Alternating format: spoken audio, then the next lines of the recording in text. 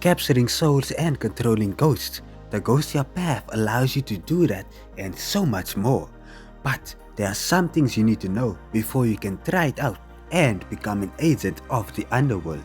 We will first be talking about the 10,000 Souls banner. I'll be explaining everything you will need to know relating to this feature. So this feature can be accessed through the ability tab. This is the 10,000 Souls banner. It is the place where your ghost is contained, where it cultivates and where it eats.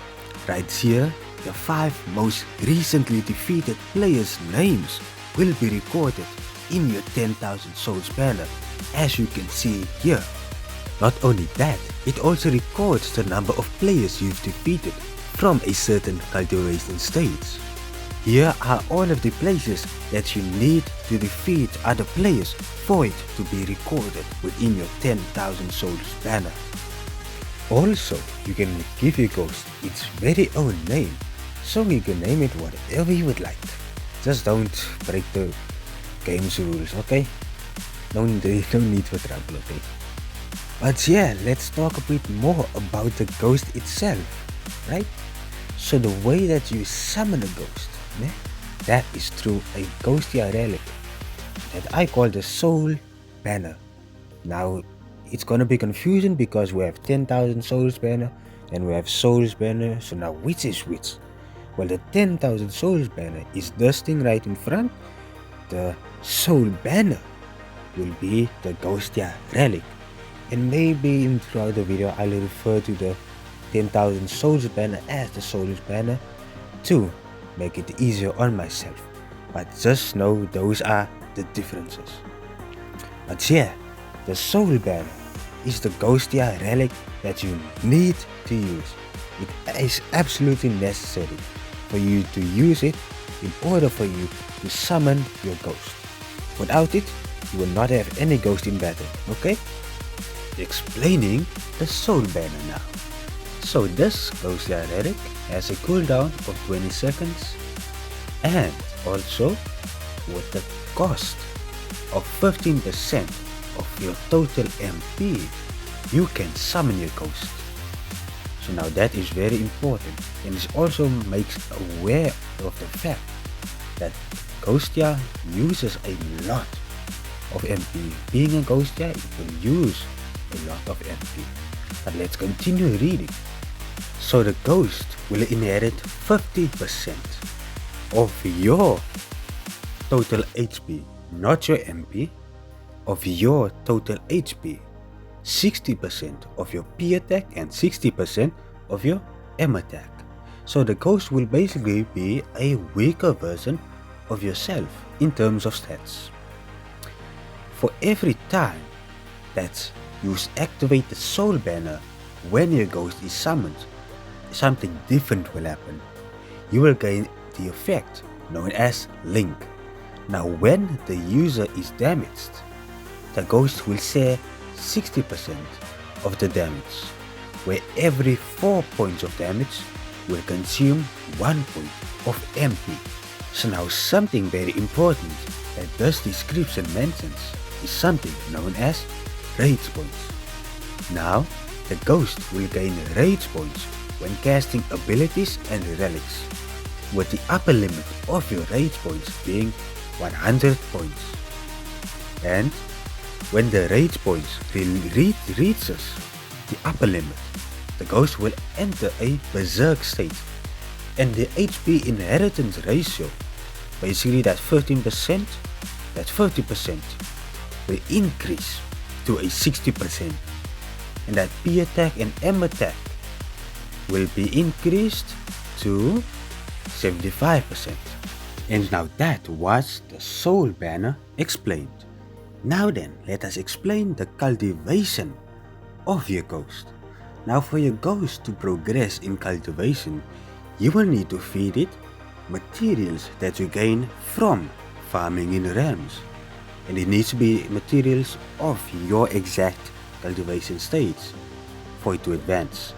And it is bottlenecked by not killing a certain number of cultivators. So here you can see For me to advance, I need to kill one Void Break Cultivator. You cannot see the Void Break, but you can see it is preventing me from further advancing my Ghost Cultivation stage. And the benefits that you gain from advancing your Ghost in Cultivation is increased effects for your abilities, such as an increase in damage or a decrease in its cooldown. So that can all be incredibly useful when in a combat situation. And that is why you want to have your Ghost as advanced in Cultivation as it can be. Now then, for the final section of the Ghost part that I will be explaining to you guys is the Ghost's very own casting order, and thus is completely unique to Ghostia players. Their casting order, the Ghost's casting order, is consisting of the Ghostia relics that you need to equip. So you need to provide your Ghost with its form of attack and or defense. And now we will be talking about the other Ghostia relics, starting with the Gauntlet. Now this relic has a cooldown of 15 seconds, thus commands the Ghost to deal a certain amount of M attack to multiple targets, and each hit on a target will gain you 5 extra rage points. Thus is incredibly useful for quickly gaining rage points. It also increases the P attack and M attack inheritance ratio by an additional 10%. And the Ghost Mask is up next. Now this one, you have to have multiple of these in order for you to make full use of your Ghost. The Ghost will deal a certain amount of damage to the enemy and has an 80% chance to inflict taunt. This causes your enemy to only target your Ghost. And like the other relics, it gains you 5 rage points and increases your inheritance ratio for HP. And the next relic that we will be talking about is the Flame. Now this one is a single target relic. So basically, this relic will only hit a single target, and it has a 10% chance of directly triggering a critical hit. Like the rest, you gain 5 rage points for each hit, and it increases your P attack and M attack inheritance ratio by an additional 10%. And our final Ghostia relic that we will be discussing is the Flag. This relic regenerates your Ghost's HP. Now, this right here is not very useful if you only use one relic, but if you use multiple relics, that can increase your Ghost's lifespan considerably. And this is based off of your M attack. It also increases your HP inheritance ratio by 10%. And that, ladies and gentlemen, is all you will hear from me today.